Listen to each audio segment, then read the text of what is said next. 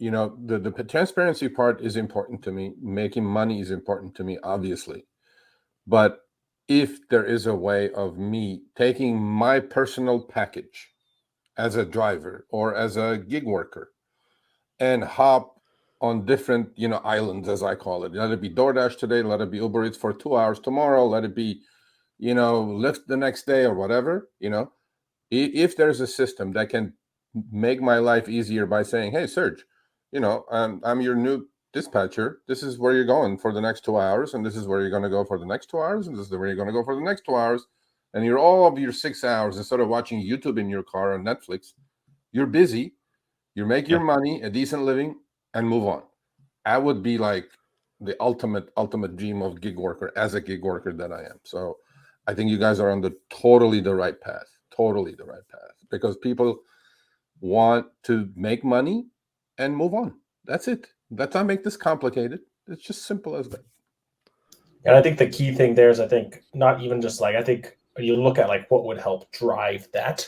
I think it's less of a, hey, go work Uber for 2 hours here and go work DoorDash for 4 hours there later. Any pro driver knows that right now, right? I think sort of the way to do it is you need more options. Yeah. Right? Yeah, and also you don't want to lose the flex. Yeah, definitely not. I mean, I part love the of that is we don't want to all be in Amazon Flex blocks for every app and trying to. David, and I think you, Steve, are on the right path for the fact that every gig worker.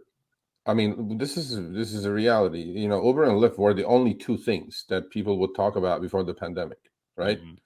Literally, I mean, that was it. There were, there was DoorDash, there was Uber Eats, there was all these Grubhub, whatever. And let's be honest, Grubhub was the most successful pre-pandemic because they put people on wait lists. They said don't oversaturate. Exactly. So to me, now there's an app for everything. And if I can take myself as a gig worker, there's literally an app for everything. Seriously. If I can take myself, and I look at like I'm a hummingbird. I go here, I go here, I go there, I go here.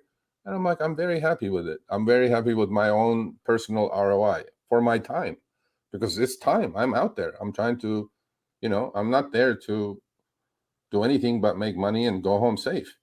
And you guys, if you can facilitate more choices, yes, there is maybe an oversaturation of apps these days, but there's no such thing in my mind. I mean, the more the merrier.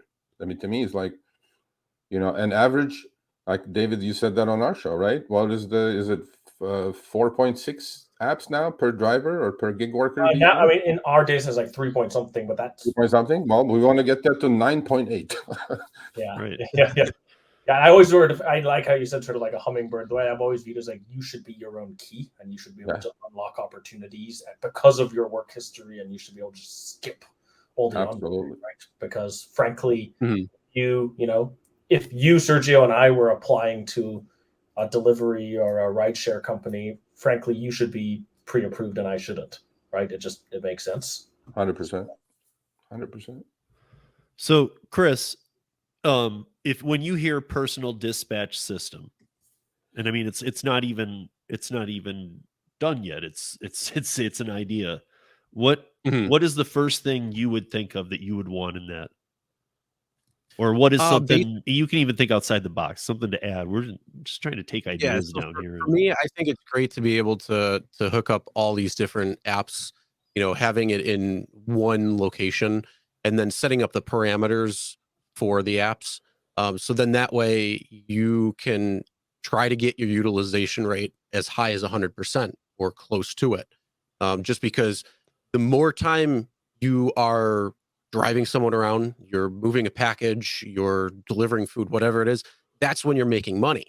It's not sitting there waiting. So if you have the ability to as Sergio, 9.8, if you could have 10 apps that you can pretty much go on or be saying, hey, I'm willing to accept it if these parameters are met.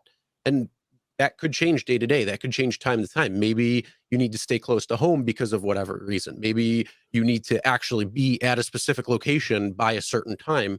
And so you don't want to go too far away. You don't want to risk that. But still keeping the ability when you turn something on, right away, you're able to get something. That dispatcher is saying, hey, we got something here. Would you like to take it? Meet your parameters. let's go.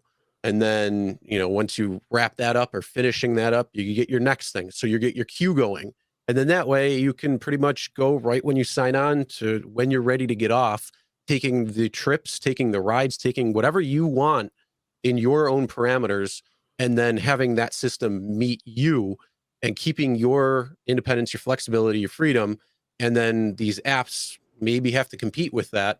And competition is a good thing. So if they got to compete for you, that's flipping it a little bit. So if that's the possibility or the projection, that would be awesome.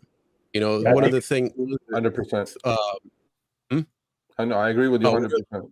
100%. Yeah, and then I think it's Lending Tree or something. You get like 4 different banks that'll compete for your business, basically. So they're trying to compete with each other, but that's the whole thing. Like if we could flip it where they're trying to compete for your business or your ability to drive or to ride or whatever it might be, then maybe they're going to price it better, and that's going to create a competition as well too, which is going to help the gig worker. I look at it and say, how can we improve for the gig worker? How can we improve for the platform? Because we need these platforms in order to connect people, and then also for the customer to make them happy. So it's not a win-lose-lose. It's not a lose-win-win. It's a win-win-win. And that's something I'd like to see. And that potentially could be if that's what I'm thinking about. So hopefully that answers your question. Well, yeah, no, and I like that. I'm sure David does too, because one thing I was thinking when you were saying that is like one of the things I would like, almost like a calendar integration. Like I'd like to integrate that I have my son's this at 4 p.m. in Park Hill, Denver. So I need to be there at 3:45. Don't screw around with me. I don't want any talk about it. Just make sure I'm there. And that sounds sort of crazy, right? But we were talking about earlier about how there was this black box that lived on all the data that could deploy information, deploy incentives, read it and learn from it. You just harness a tiny percent of those smarts and basically say, hey, Steve needs to pick up his son from school at 4 p.m. So keep him in a 5-mile radius beforehand. Right. Or get him back to it if you took him out of it. That's a true flexibility, though, right? That's true flexibility right there, right? But today, I don't call it flexible, honestly. It's like, you have to work. You have to work when and where there is demand today, period. And it's not rocket science, right? It's like all this technology exists. We just need to arm the individual worker with it, right? It's like, it's not rocket science.